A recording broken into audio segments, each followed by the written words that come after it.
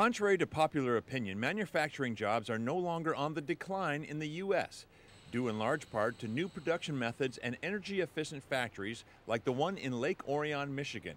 Here, 1,500 employees work in a newly remodeled plant that has dramatically reduced its coal burning, with help from an unusual source. Coal is not a clean source of energy, and through the years we've been able to optimize both energy efficiency within the plant as well as bringing in landfill gas that have reduced our emissions.